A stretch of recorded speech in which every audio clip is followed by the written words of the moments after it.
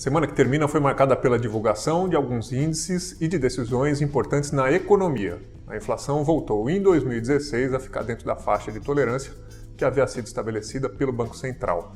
Há 2 anos isso não acontecia no Brasil. A notícia é boa porque significa que o preço dos produtos subiu menos do que se esperava, mas é também um reflexo de uma economia desaquecida. Para tentar aquecer de novo, o governo reduziu os juros. Foi a maior queda em 5 anos. Com isso, se espera que a economia volte a crescer. Enquanto isso não acontece, o salário mínimo amarga hoje seu primeiro ano sem ganho real em 15 anos. Isso quer dizer que o poder de compra do brasileiro caiu. Por último, a Organização Internacional do Trabalho diz que cresceu o desemprego no mundo todo. A queda foi puxada pela América Latina e essa queda na América Latina foi puxada pelo Brasil. Aqui no Nexo, José Roberto Castro explicou como essas mudanças se encaixam no histórico recente da economia brasileira e como elas afetam a vida de todo mundo. Na política, a semana foi marcada pela tentativa do governo federal e do Poder Judiciário de resolver a crise nos presídios. O Supremo quer esforço concentrado para reduzir a superlotação. Mas a realidade de estados como Amazonas e Roraima, palco de 2 massacres de presos no início do ano, é muito difícil.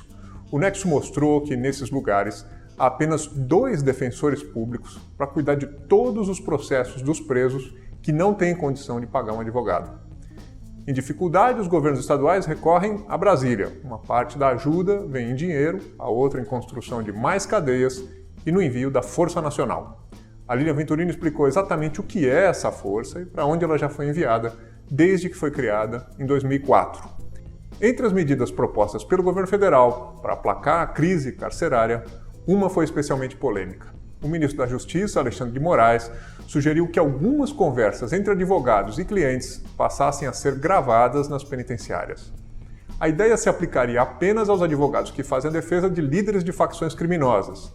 Nós ouvimos a professora de Direito Penal da FGV, Maíra Zapater. Ela explicou que a ideia de Moraes não é nova, viola a lei e pode nem ser eficaz. Ainda na crise dos presídios, o Nexo foi ouvir essa semana o sociólogo Sérgio Adorno, do Núcleo de Estudos da Violência da USP. Nessa entrevista, publicada em vídeo, Adorno fala de como a violência se tornou um traço tão marcante das relações sociais no país. Fora do Brasil, o mundo acompanha com expectativa a posse do presidente eleito dos Estados Unidos, Donald Trump, marcada para a próxima sexta-feira, dia 20 de janeiro.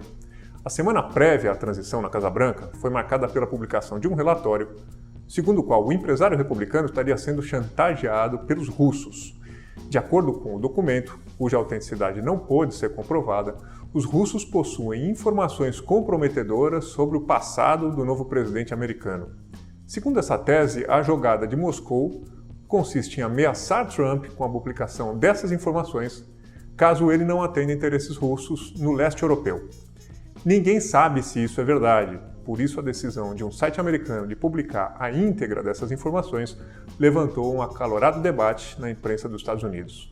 Nós aqui explicamos o que se sabe sobre a influência russa nas eleições presidenciais americanas e qual o debate ético que se armou no meio jornalístico também. Essas e outras notícias você lê no Nexo Jornal.